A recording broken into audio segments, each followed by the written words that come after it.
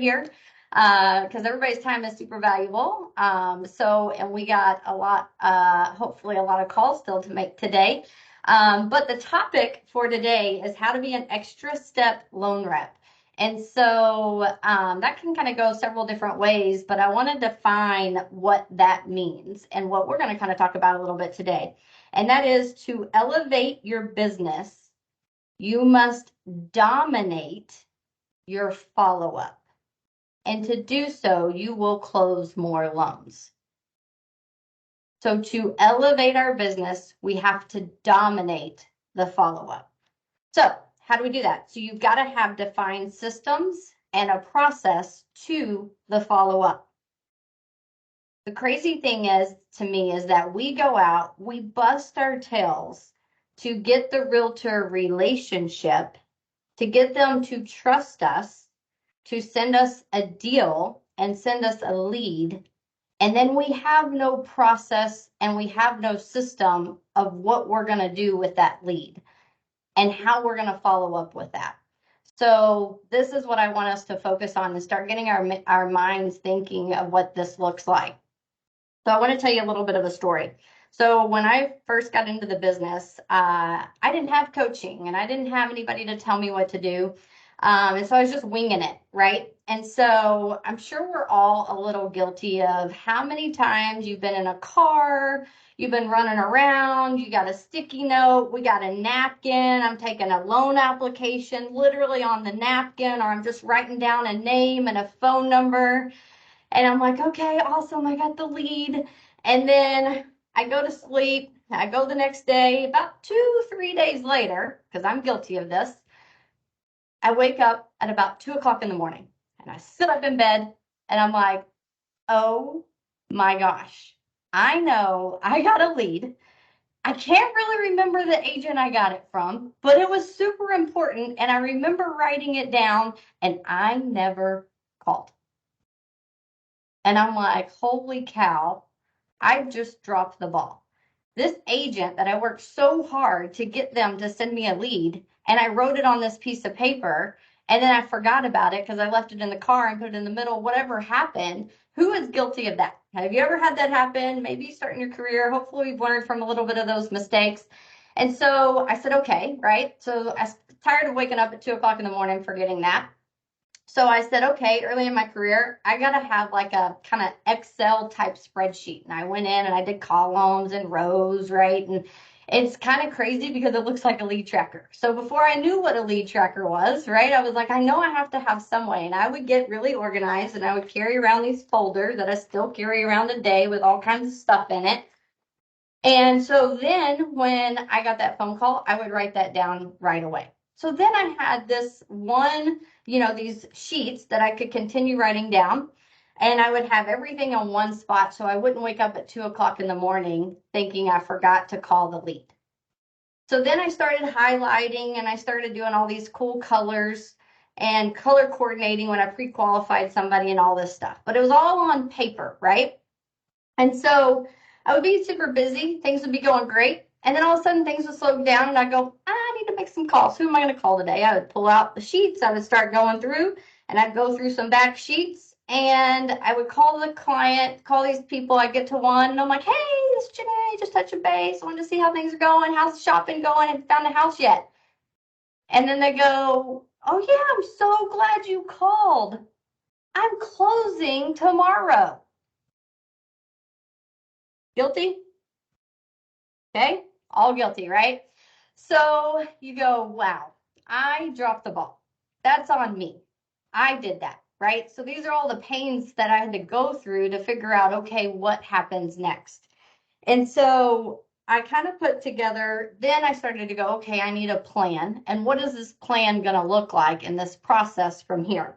And so good news is now we have coaching. Now we know what a lead tracker is. So I don't want to talk about lead tracker and that sort of thing because we all know hopefully what that is. But I want to talk about the key points to the follow-up and what some things mean to this, okay? So coaching taught me, obviously I need to do the lead tracker, but what is the most important thing on a lead tracker? And somebody, I want to just open this up, start throwing something out at me. And if you've had me as a coach, you might know this. So don't talk yet. Let's open it up to somebody else if they have, okay? What's the number one thing on a lead tracker that's the most important thing? Anybody? Anybody? Nobody? A potential Conversion? buyer. Where you left off. Where you left off? Like, John, you said that, right? So Yes. what you did, so define, like, talk to me a little bit more about that. What does that mean? Like next steps, where they are in their process. Do we need anything? Like what does that next follow-up call need to be about? Yes. Yes. So the one thing that's not on the lead tracker is actually the most important thing for the lead tracker, which is the next follow-up date. Because the lead is only as good as the information that's on that piece of paper. But if you don't have a next follow-up date and a next plan of action, what good is the lead? What good is it? Take the piece of paper, throw it away, right? So the lead tracker, it's crazy that that's the most important thing. And when I'm coaching and when I see some of my former students and things like that, we're still using hand lead trackers and we're writing them down. And that's great that we're writing it down, but it's kind of like when I started in my business and I was writing those things down, there was nothing that told me when I was going to call them next. So a hand lead tracker doesn't tell me that. Good thing is we have technology today. And what's the technology that we can all use that Summit provides to us that helps us with keeping track of our leads? Salesforce. Yes, Salesforce. All right, but we don't use Salesforce either. Some of us do really good, and some of us probably don't use it at all. And we're like, I don't know, it's really confusing, right? So we gotta utilize technology. Let's utilize it to help us because the Jungo or Salesforce tells us when we walk in every day, who are we gonna call? It's so easy. Like I don't have to think about it. I don't have to go through all those old clients and try to call and figure out who to call for the day because I already know because Salesforce tells me how to do that. I just open it up and it says, here's the call list. And then I start calling, right? So we all know Wednesdays are TBD calls. So every Wednesday, once I pre-qualify somebody, the next follow-up date is going to be on what day in Jungo?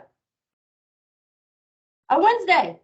Not a Monday, not a Thursday, not a Friday, right? Unless there's something specific, they may be making an offer, something like that. I know it's every Wednesday. So I'm going to utilize the technology to help me on the next follow-up date. So the first tactic, if you're not doing anything at all, is on this lead tracker, make sure that we have the next follow-up date because that is the most important thing. Okay?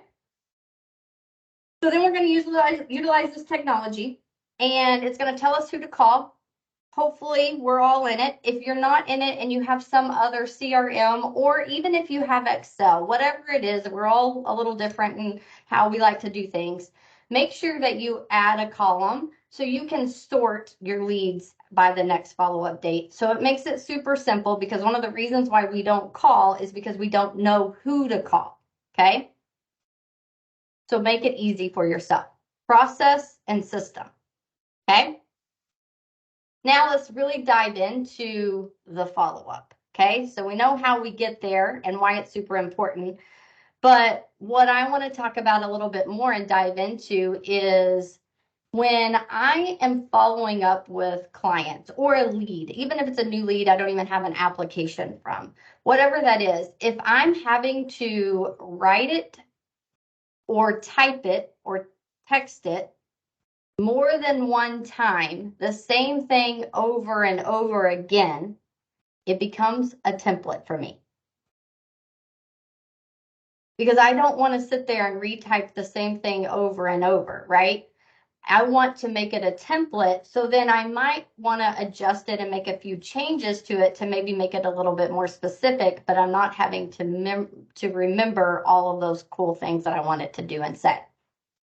So let's take a lead from the very first step. And let's do some little bit of table work here and start writing some things down. So when the realtor gives you a lead, What is that process every single step of the way that you would communicate with the lead and the real estate agent? So let's start writing it down because I want to share some things on this. Okay. So lead comes in. I'm the agent. I gave you the phone number, whatever it is. What does that look like for you? And go not just one step. I want multiple steps. What happens if you left a message and you didn't get a hold of the client?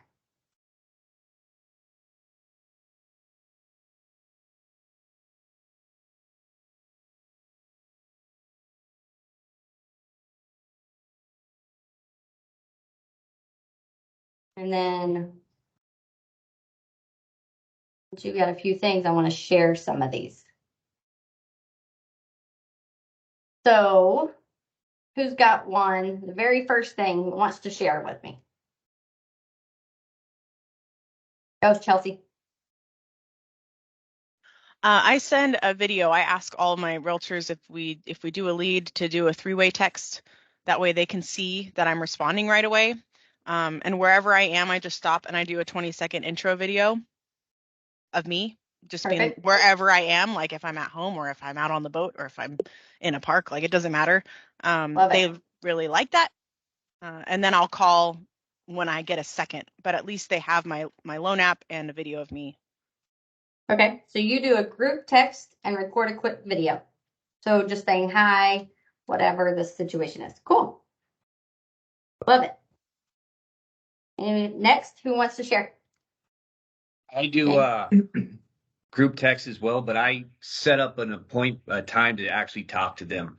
So I said, "Are you available today at 3:30 for a quick introduction phone call?" So that way they're expecting my phone call, and if they request, they send back, then they answer 100% of the time, and I'm at that point in time focused on them. Then I follow up with the loan application and then a group text to the agents. So group text, set the appointment. Number one thing for you. Mm-hmm.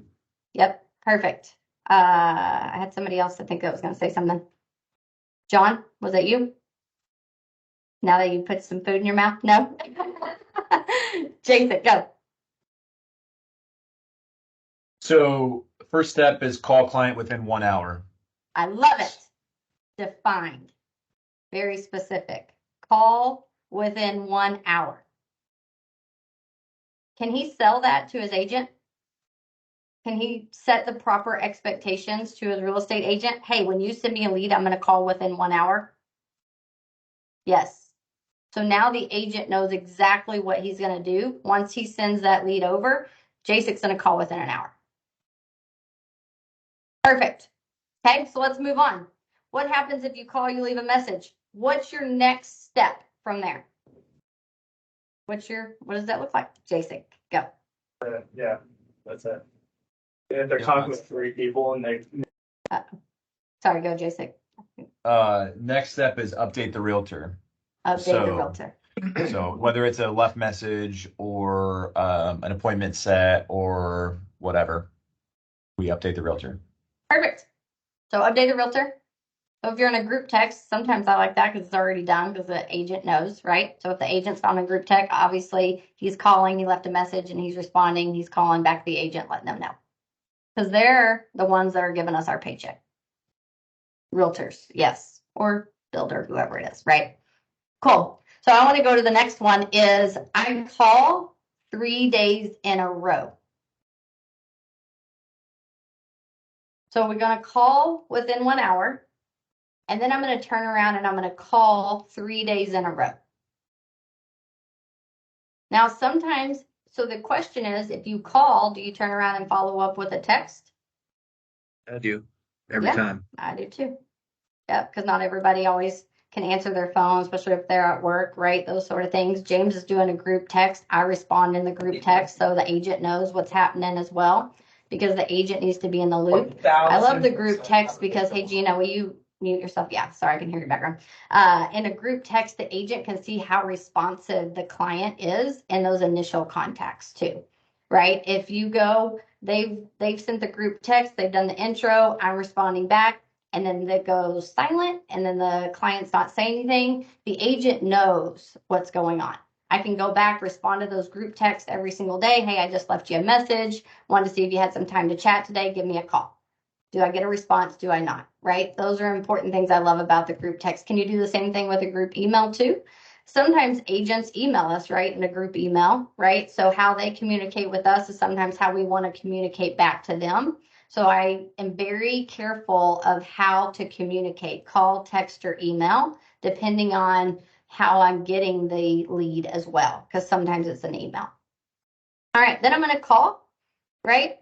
So I'm going to keep calling. I'm going to keep calling for about 8 days. So I'm going about a week, week and a half, really, just to see what's going to happen. I also reach out to the agent. I say, hey, have you heard from them? What's going on?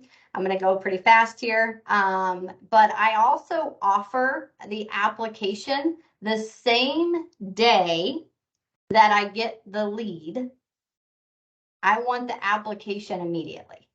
So immediately I'm offering that application. The lead tracker is getting updated. I'm calling, emailing, and texting the referring partners, letting them know I made the attempt. And then I'm calling the pre-approved clients every Wednesday. Okay, so that's my communication plan when it comes to how we communicate with that.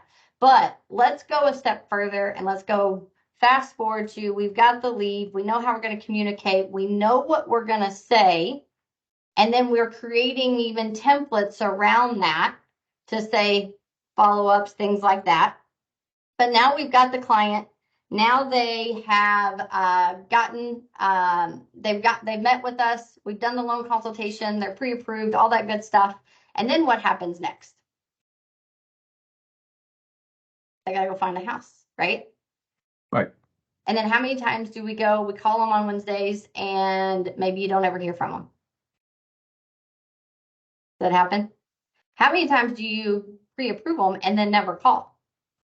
Like the one I did earlier, and I talked to them last week, and then I call them this week, and they're like, oh, I just went with my friend. Our family recommended a different mortgage company. I'm calling every Wednesday. I met with them face to face. I did all the right things, and I still possibly am losing out on the opportunity. I did everything right, but I wouldn't have even known that I would have potentially lost it or had the opportunity to get the deal back if I wasn't calling every Wednesday. So templates, I have like 25, at least 25 templates in Salesforce just for follow-ups, breakup text, breakup emails, no response, move my email up, like all of these things to try to get answers and some type of communication from these clients when I'm checking in, because I don't want to consistently say the same thing every time. And especially if I'm not getting a response back, I'm trying to do something to generate some type of response. So does anybody have any great templates, something that works for you? Because I can tell you one of the ones that works for me is my breakup email, breakup text. And what is a breakup email, breakup text? Breakup email says, hey, been trying to reach you. I know you're super, super busy. I don't want to bother you if your plans have changed and you're no longer looking at purchasing and getting pre-qualified for a house. So I just want you to know I'm ready when you are. Please reach out. I'm here if you need anything. That's a breakup text, breakup phone call, and a breakup email. That's what that looks like. And then what happens is crazy. They're like, oh, wait, hold on. I meant to call you, all these things. Like, it's fun how it, like, you play a game with them and then you actually get somewhere. So that's a good one that works for me as far as, and then I actually have a couple of different breakup texts and emails, like templates, not just one. So I have a few that I go to in that when I need to do it. So anybody else have something they want to share that's a great follow-up that you get a response from? Chelsea, go. Sorry, we have a party going on behind me. I have an offended you email. Like, I'm so sorry if I've offended you in any way. We haven't heard back after several attempts. Like, hopefully we did nothing wrong. Yeah. And we'll probably get a 50% response. Either if it's a no, it's at least I know it's a no, and the realtor knows. So yeah. Yep.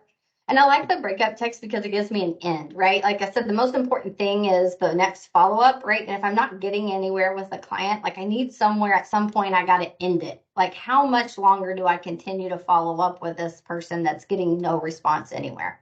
So then I can move it and just be like, I'm done with the lead. Jonas. Real simple. Your file's been put on hold. Yes. Your loan is on hold. We use that on Tuesday updates a lot. Your loan is on hold. Then they're like, what? Hold on. I don't want to be on hold. They all start to freak out. And I'm like, okay, well, I've been asking you for your stuff and you hadn't got it to me. Good one, Jonas. Well, yeah, what you got? So I just started this today. John in the next office to me, he let me borrow his lighting, and I sent my first two videos following up, and they both got responses immediately. I sent sent them a quick video via text, and just said, hey, I reached out to you on this date and hear anything from you, and both of them called. It's crazy how it works, right? Yeah, but the video really helped out a lot. It was, personable. I just said, hey, call me back. I don't want you to feel like I forgot about you. And they called me back, both of them. Yep, exactly. And so Lauren talked about that on our call last time. She talked about marketing and using videos and things like that. And I think the key to that too, especially when you're doing specific, kind of like what Chelsea is probably saying, is you always start with, hi, Cleo. Da, da, da, da, da. Say their name so they know, especially if you're doing a one-off video, you say their name first so then they know that it's personalized for them. And then they're like, oh, okay, he recorded that just for me. Tactic around that. I like it. Good. Anybody else? Got anything that's working really good?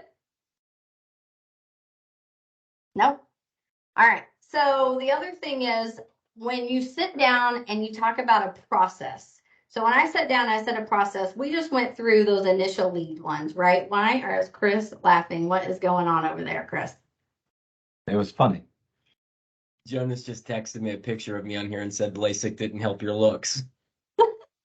He had All right. So what I want you to do, what I want to challenge, what I want all of you to do after this call is go through your process from start to finish.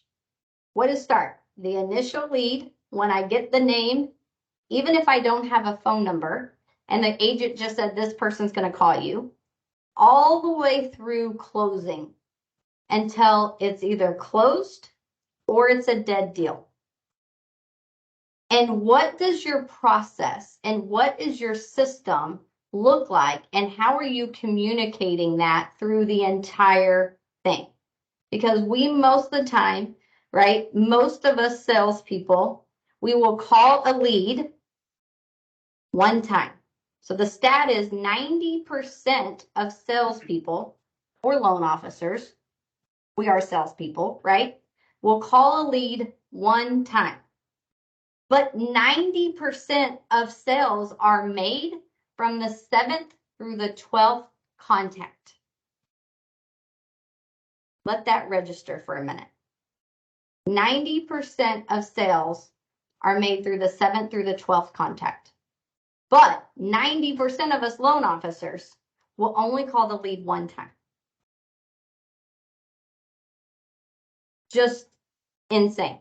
Absolutely insane. And the reason we call one time is because we have no system, we have no process, we're maybe not using technology, we don't know who to call, we don't know what to do, and we just go, okay, let's go get some more relationships and let's try to get some more leads. But we really forgot about the leads that we also had that maybe we could nurture to help convert. Right? Okay, so last tactic. What do we say in these templates? What do we do? How do we get there? How do we create all these things? Because man, that's a lot of work. A ton of work, right? I just said I got like 25. I know what I'm going to tell you, but I want to hear from you. How do you create a template and what you're going to say if you're rewriting it multiple times? Even if it could be a pre-qualification, pre-approval email template that you send out every time the client's pre-approved with you. I don't know. How do you create it? What do y'all do? Copy it from other people. John said copy it from other people. I want to hear what Gina had to say. I ran mine through Chat GPT, and that if you want it to sound more upbeat or professional and ask it questions, and then it perfects it, and I don't have to mess with it. Chat GPT. I use Chat on AI. It has been like so much of my friend lately. And it's like I just talk into it and then it sends me this whole big old thing. And then I just email it to myself. And I'm like, man, that's really cool. Like, here's my history of all the different things that I have thrown in there, when it's like how to respond to a real estate agent that's not happy, or how to respond. I could copy and paste the email or whatever they said and put it in here, and they'll respond for me. It's pretty freaking amazing. I had a realtor the other day call me. We're doing a series class, and she's like, I need some topics that sound really good of how we can market this series classes of what we're going to do to home buyers. I put it in there. It came with 5 topics that I would have never came up with. And I sound like a genius because I gave her all these cool ideas. And I just put it in Chat on AI. And it was like $30 a year or something like that I paid for. Jenay, for us old people who are idiots, is that something we can download onto our phones? Because I don't have it here. It is an app. So my app, just so the way it looks is that one right there. That's the one I'm using. I'm sure there's other great ones out there. I have no idea. And it says, there it is, Chat on AI, right? Is that what that says? Chat on AI. Okay. Yeah. And it's that black one. That's the one I'm using. It's super easy because I'm not like, I know enough technology, just enough to get by with what I need to do, but I'm not IT, right? Like my computer doesn't turn on. I'm like, I don't know, somebody help. But I'm like, so I need it dummied down for me and don't make it complicated. That's all I want. And then I use that. So that Chat on AI, that's for Android. If you're Apple, it's like Chat I said, GPT. I'm not IT. I got an iPhone. It works up for me. I don't know about all that. Oh, okay.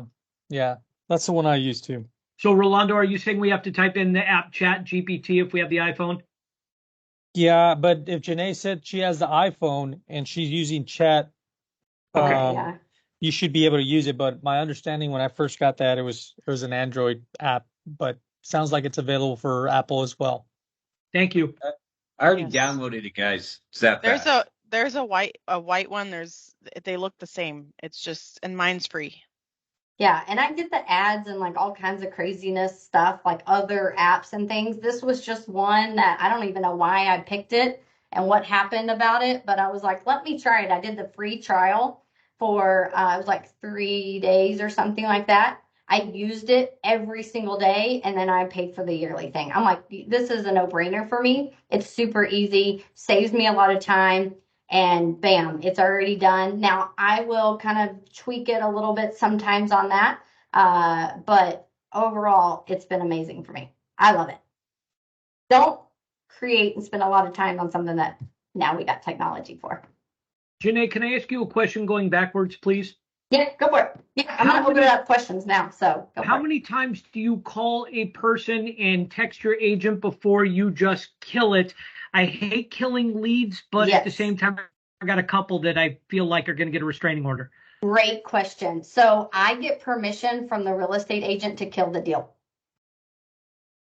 So when I'm at that point where I'm like, hey, so at that point I'm reaching out, I'm calling the agent, I'm saying, hey, I've called this, it's been 2 weeks, it's been a month, whatever the case is, right? I'm not getting any response. Have you talked to them? And then if they say yes, I go, well, I don't want to feel like I'm, being a nuisance here, but what would you like me to do? So mine is put it back on the real estate agent and let them give me permission to kill the deal.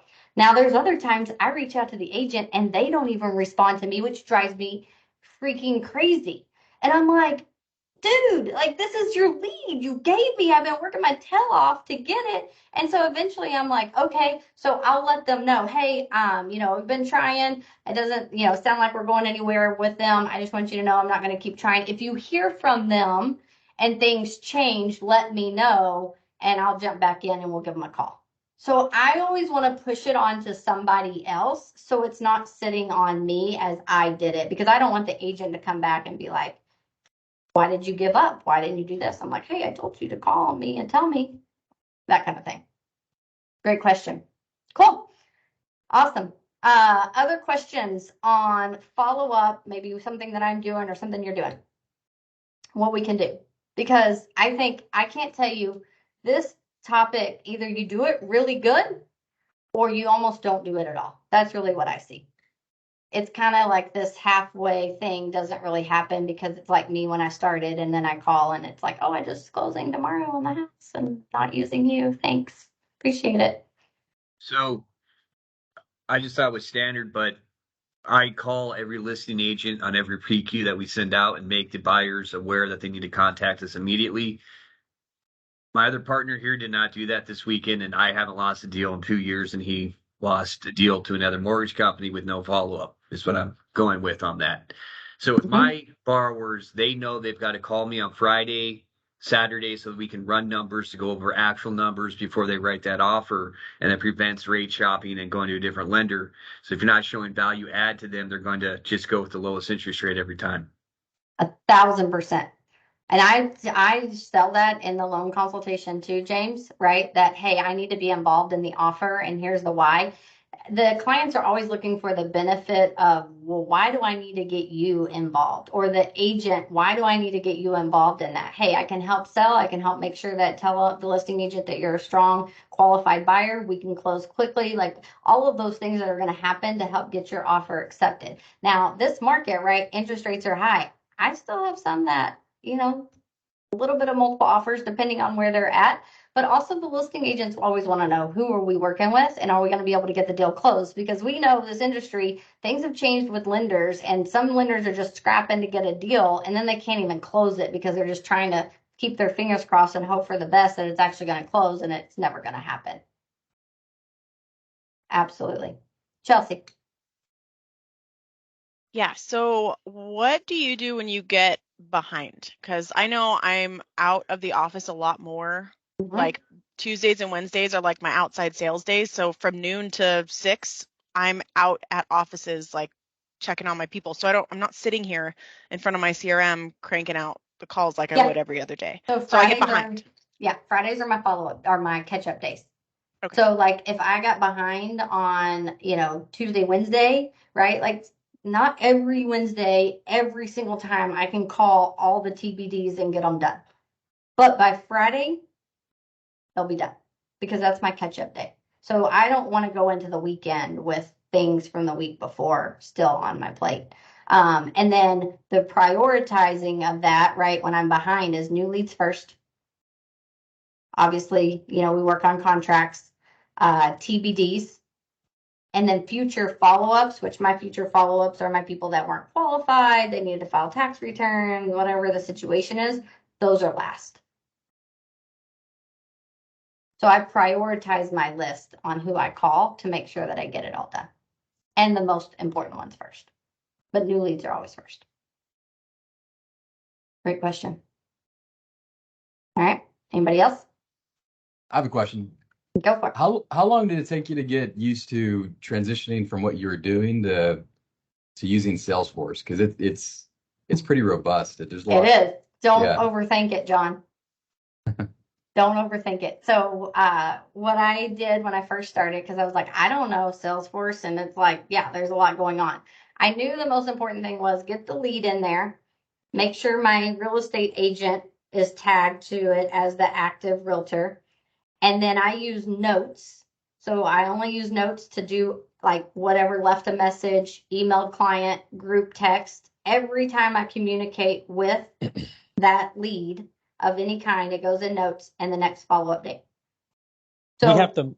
That's it. Don't worry about all the other nonsense. We have to manually enter that, right? It doesn't read off of Encompass, right?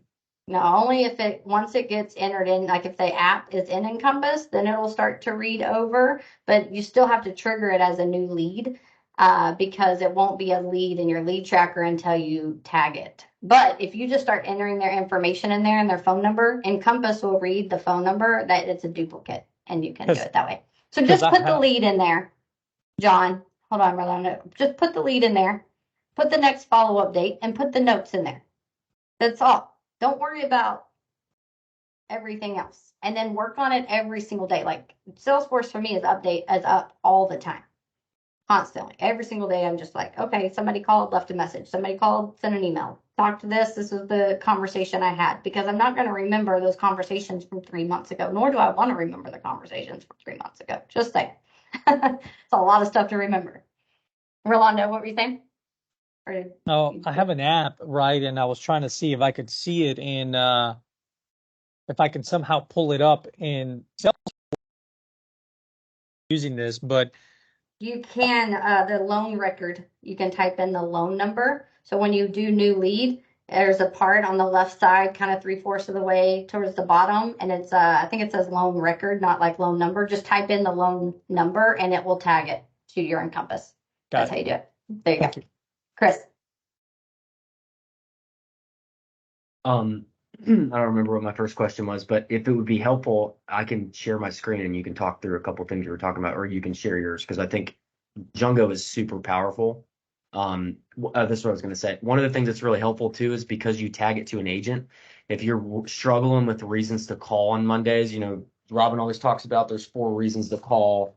There's leads, there's pre-approvals, there's sales tips, there's an invite. If you're struggling, you can just pull up the agent and you can see all the leads and you can say, hey, just wanted to go over these with you pretty quickly. And so it'll tag everything, and it ends up attaching to Encompass. So you'll see if it funded, you can see your close ratio. You can see, like, man, you sent me 30 leads, we closed 1. What are you doing?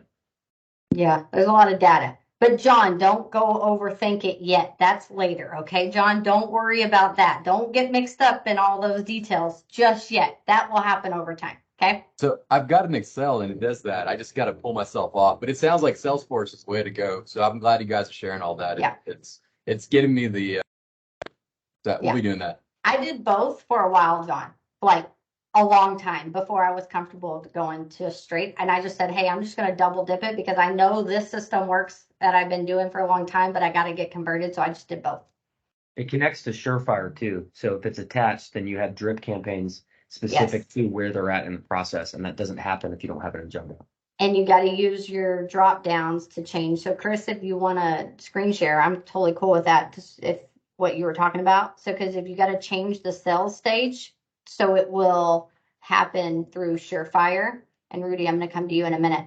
So then that way you can see. But so when you go in here to this lead, Do you want me to make another lead and just show you how you do it? Sure. That would be great. Yeah.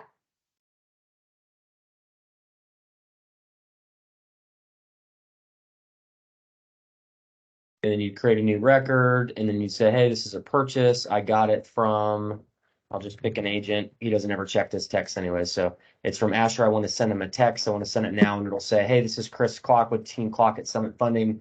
Thanks for sending over this person. And then I attach it to myself. If you have a loan partner, you could attach it to your loan partner. You can make some notes to yourself. There's your next action date. Yeah. Right And so there. that's my next action date. I haven't talked to him yet. I then mark it, and then the only other people, and this is, you don't have to get too complicated. The only thing is every time you call, go to log a call, make your notes about the call. I left a voicemail, and then I'm going to call them tomorrow. Or, hey, I actually talked to them. They're coming in on the 17th. I'm going to update it to waiting on appointment. Or, hey, I'm chasing some documents, or they're actually already approved, or they're pre-approved. All this will change, and it'll change. It'll actually tell you. If you go to pre-approved, most likely if I select this, it'll say, most of the time it says it's going to change the drip campaign.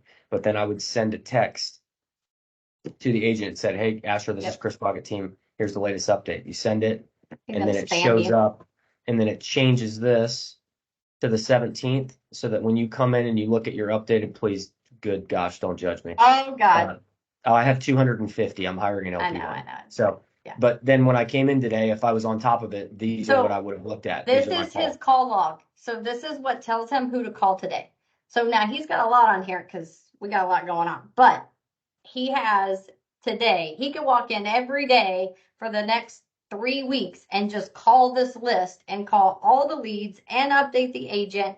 And therefore, he has a reason to call the agent. He's trying to convert the lead. He's following up because now he's taking care of everybody, and there's his list. He doesn't even have to think about it. And the people in marketing will help you too. You can get your own custom list. So I have this one because I print it out every morning, and you can go easily export it. Yep. Okay, we're going details now.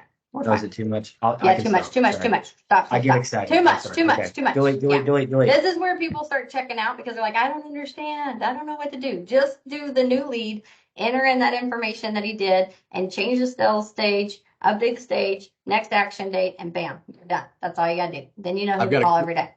I've got a quick question. So if a realtor calls you on the fly and wants to get a quick update on their people, how do you find that in Salesforce? Like, how do you get the list of their leads that they sent you? You can put in the name of the agent, and then they have a contact, and all of their leads will show up in the lead tracker. Okay. Yeah. So as long as you got it in there, yeah. So like he can pull up an agent. Yep. Go to contacts. He'll pull it up. There's Holly. There's all of Holly's leads right there. Okay. And I use this, so just like what he's got going on here, I literally print this out, or I'll go to my notes in a lead and I'll take it to meet with a new realtor and show them my follow-up plan. Hey, here's how I'm going to keep up with your leads every time you send them over. I have the list of exactly every single lead that you've ever sent me. I can tell you what's going on. I would go through pre-approved shopping, funded, dead lead, whatever the situation is. And then I go to open the lead and I would go to my notes because I type everything in my notes, like left message, sent text, like every single thing for like 50 times, and I'll print it out and I'll go, this is how I'm going to keep track and how to make sure communicate. Because we can talk about things all the time, but showing somebody what you're actually doing, and I have a plan and a process around how I'm going to communicate and follow up and stay in contact with your lead, the agents get blown away. And all I have to do is print out what I already do every day. And it's a sell tool for me when I'm sitting in front of a real estate agent, especially a brand new one. Cool. Quick question. Rudy? Oh, let me go to Rudy because Rudy, I think, had a question. Yeah. I was just going to add the fact that we started using Salesforce just about a year ago, and it has been a game changer.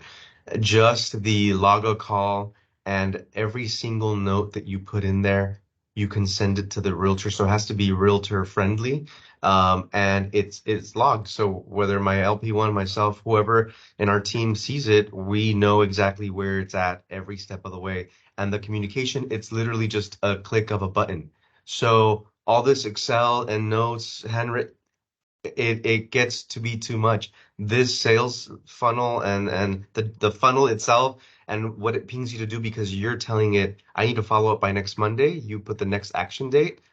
Monday it is. It'll tell you got to make that phone call today and follow up right then and there. Text the agent or email.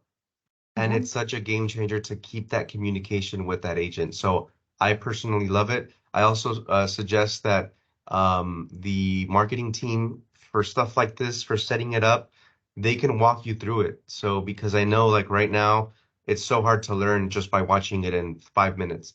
Yeah, you got to get in and start to maneuver. They'll show you, they'll walk you through it, do a couple sessions with them, and you'll get it, you'll love it, and it's just, very, very automated. So it's good. Yeah. I was gonna ask though, how did you get, was that Chris? How did you get to that one list that you just went to right now? Which is the one agent and all of their contacts. Go to contacts, type in the agent name, and then it pulls up, it says lead tracker, and it pulls up all of their leads. So I'll do a contact, and then it's just lead tracker. Yep. And then view all.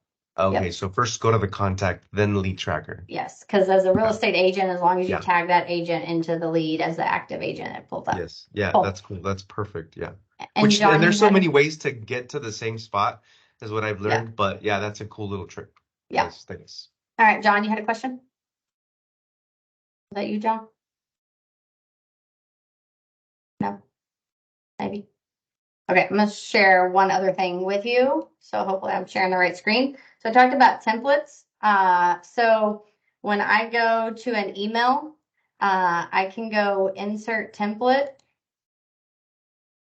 Here is all, like I said, I probably have 25 templates in here. These are all the different templates that I use, right? Future follow-up, haven't heard from them a while. Future follow-up on your mortgage application. I have several templates that I use because I mix it up. Sometimes it's like I sent this template last week, I've called, they're not getting a response. And I like to send it through Jungo, especially if it's an email, because it tells me if they opened it too. So you can tell if the email was open, which is another little trick. TBD, have you made any offers, right? New client with another lender. Like there's all these things that I've added in here as templates that I can go to really quick. So when I am doing these updates and things like that, I'm not having to retype it and figure it all out because I've just saved it as a template. So if I'm using chat, whatever that is I'm using, I just copy it, paste it, make it my own, save it as a template, and therefore I'm sending it out. But I just wanted to show you, right? These are email templates that I have saved. And then I do the same thing in texting.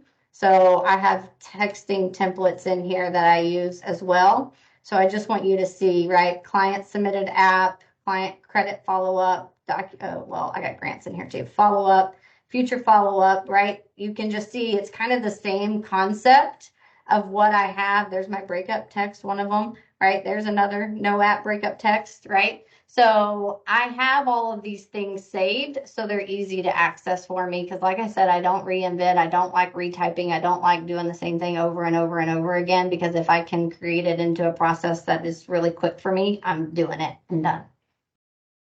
So I just wanted to share that with you. Other than that, anybody else got any questions? I need to start using that. That's crazy. I haven't. Follow up.